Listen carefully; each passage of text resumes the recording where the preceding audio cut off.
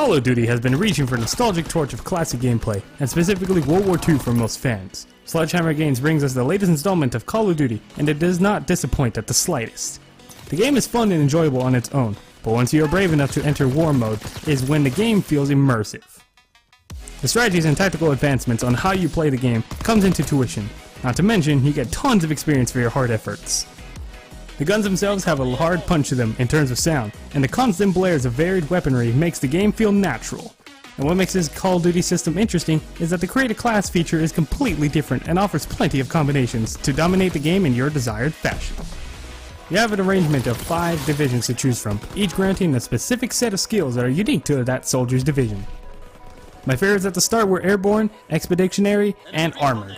As I started to play more, Mountain became quite useful when it came to playing war, with best results during the bridge section of Operation Breakout.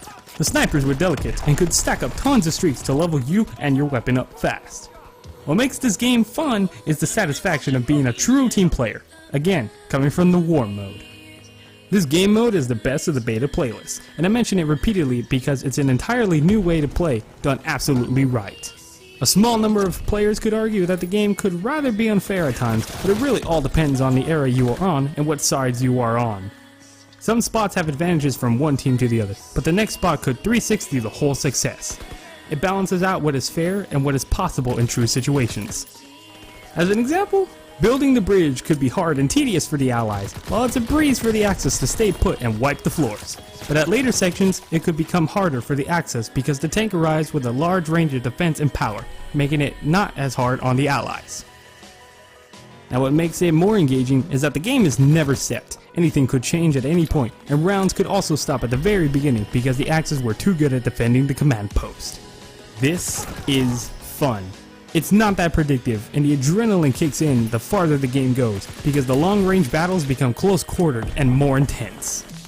On top of that, we have the interactives within the map, building MGs, building protective walls, destroying said walls with charges, and of course, building that infamous bridge. The game focuses a good deal on teamwork, as lone wolves would not really get the gist as much, not to say that they would be horrible.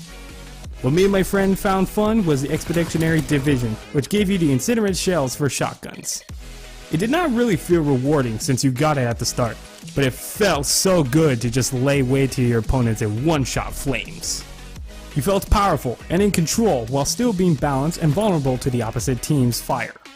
Even after reaching the max rank of 20 in just a few hours, I still want to play more, not just to get good at the game, but to continue having fun. Plus, there's also the division levels, which is more efficient than the mission teams from Infinite Warfare. Sorry about that, Infinity Ward. You could really gain nice skills that adapt to your playstyle, ranging from sneaking movement, fast sprinting, steady aim, quick change suppressors, and the bayonet charge. How do you start having fun on this game? Just simply jump into war after you feel confident in the weapons and you have ranked up enough to have 5 classes available to use. It might also be best to have a division for each class so you can prepare for each situation. And the best thing to know about the war mode is some games, especially the first few, will be tricky depending on your team and such. It could take time to get used to, but once you find the rhythm, it's game time. I hope you guys enjoyed today's video, and be sure to stick around for more Call of Duty World War II beta videos. I've already posted quite a bit of videos for the beta, and also recorded a live stream. If you wish to go check them out, be sure to look around my channel. And if you want more, be sure to subscribe and leave a like on this video. This video was helped and powered by RAZER with their RAZER Siren microphone, which sounds much better than my old condenser microphone, and I thank RAZER for it. Let me know down in the comments below what you think is the most fun out of Call of Duty World War II so far, and what could be more fun in the future.